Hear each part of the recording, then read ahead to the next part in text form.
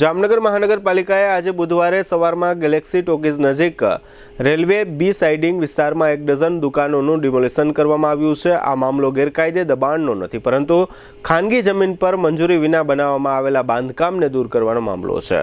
અત્રે ઉલ્લેખનીય છે કે 4 વર્ષ પહેલા આ જ જગ્યા પર મંજૂરી વિના કોઈએ એક સાથે 15 દુકાનો ખડકી દીધી હતી, જે અગાઉ કોર્પોરેશને તોડી પાડી હતી। ત્યારબાદ ફરી વખત આ જગ્યાએ કોઈએ 1 ડઝન દુકાનો ખડકી દીધી હતી। મંજૂરી વિના બંધાયેલી આ દુકાનો આજે ફરી કોર્પોરેશને તોડી પાડી છે।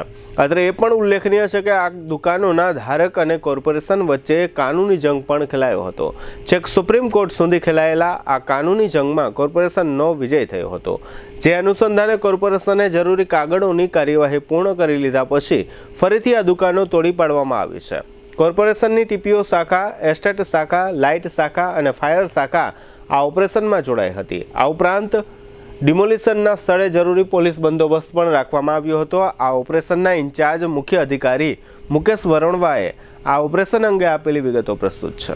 આજ રોજ મહાનગરપાલિકા દ્વારા રેલવે સાઇડિંગમાં આવેલ 12 જેટલી દુકાનો જેનું ગેરકાયદેસર મંજૂરી વગર બાંધકામ કરવામાં આવેલું છે તે હટાવવાની કામગીરી હાલે ચાલુ કરવામાં આવેલી છે, જેના માટે નિયમ અનુસાર જે કોઈ પ્રક્રિયા કરવાની થતી હતી તે તમામ પ્રક્રિયા પૂર્ણ કરી દેવામાં આવેલી છે।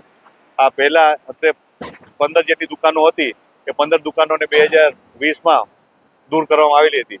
ત્યારબાદ લગત પાર્ટી દ્વારા ફરી આ જ જગ્યા ઉપર 12 દુકાનોનું કન્સ્ટ્રક્શન કરતા એને નોટિસ આપી, આદેશ આપી અને એ લોકો દ્વારા જ આનો નિકાલ કરવા માટે જણાવવામાં આવેલું હતું, પણ તે લોકો દ્વારા પોતાની રીતે ના હટાવતા આજ રોજ મહાનગરપાલિકા દ્વારા આ દુકાનો હટાવવાની કામગીરી હાલે ચાલુ કરવામાં આવેલ છે, જેમાં જામનગર મહાનગરપાલિકાની ટીપીઓ શાખા, એસ્ટેટ શાખા, લાઇટ શાખા, ફાયર શાખા સાથે સાથે પોલીસ બંદોબસ્ત પણ મળેલ છે અને આ કામગીરી છે લગભગ 2 થી 3 કલાકની અંદર પૂર્ણ કરી દેવામાં આવનાર છે। હાલે એક હિટાચી 3 જેસીબી મારફત આ કામગીરી હાલે ચાલુ કરવામાં આવેલી છે। આજે અત્યારે 12 દુકાનો અત્યારે દૂર કરવામાં આવનાર છે, એ 5500 ફૂટ જેટલું બાંધકામ કરવામાં આવેલું છે, એ બાંધકામ આજે દૂર કરવામાં આવશે।